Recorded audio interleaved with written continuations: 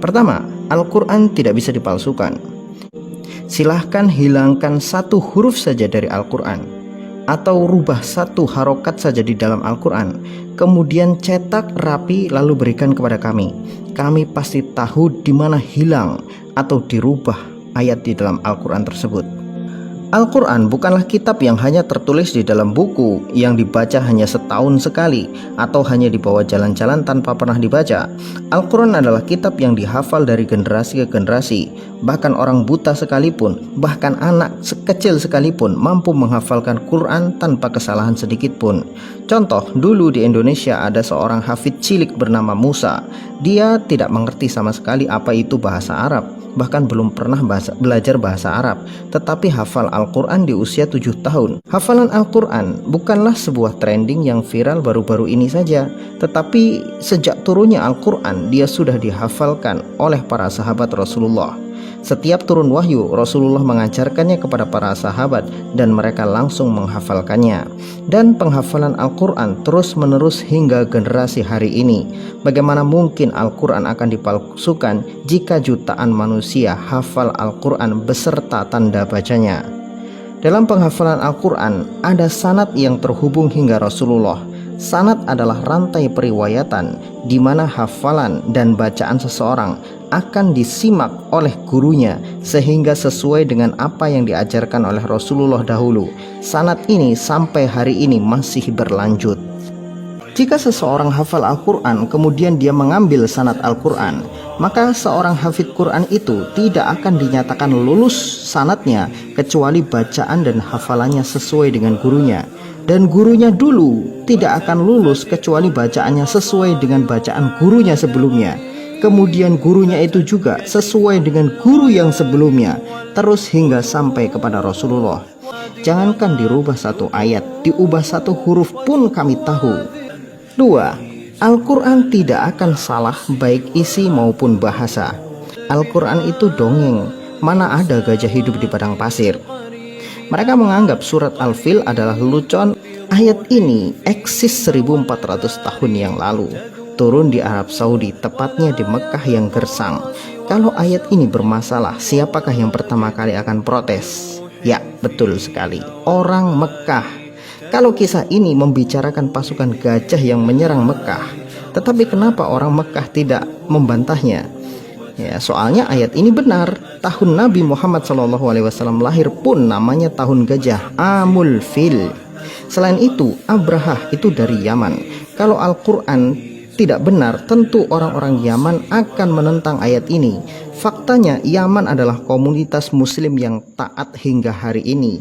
Dan yang paling penting, Yaman masih punya bukti sisa peninggalan gereja Al-Qulais yang pernah dibangun oleh Abrahah. Ini gambarnya. Dan ini tempatnya.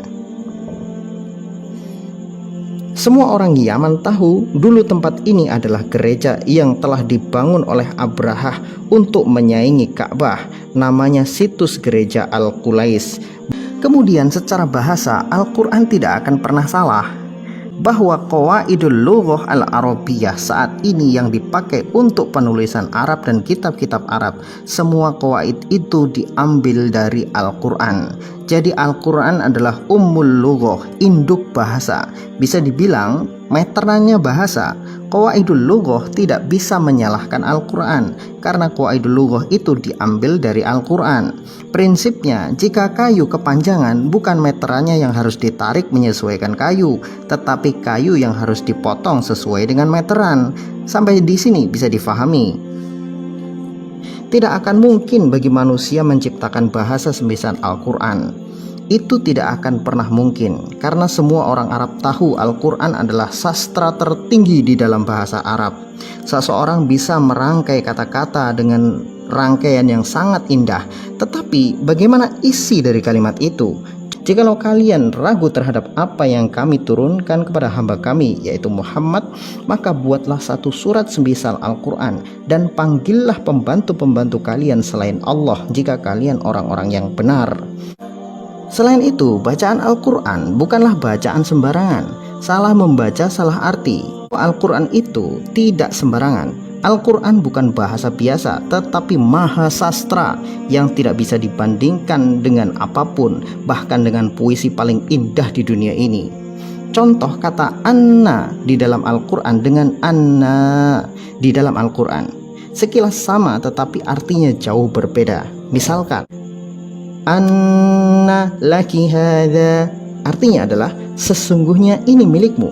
Kemudian ada ayat anna laki hadza, artinya apa? Bagaimana ini datang kepadamu? Jauh bukan? Jadi bahasa Arab, terutama bahasa Al-Quran, tidak semudah menerjemahkan kitab yang sudah diterjemahkan. Bahasa asli Al-Quran hanya akan difahami bagi mereka yang faham shorof, nahwu, i'rab, terutama ilmu balaghah. Ada contoh dalam bahasa Arab. Apa perbedaan ma ahsanul wajhi dengan ma ahsanal wajha? Bagi kaum terjemahan ini sama, tetapi bagi kami yang paham bahasa sastra Arab, kami tahu persis apa perbedaan makna keduanya. Ma ahsanul wajhi artinya adalah sebuah pertanyaan.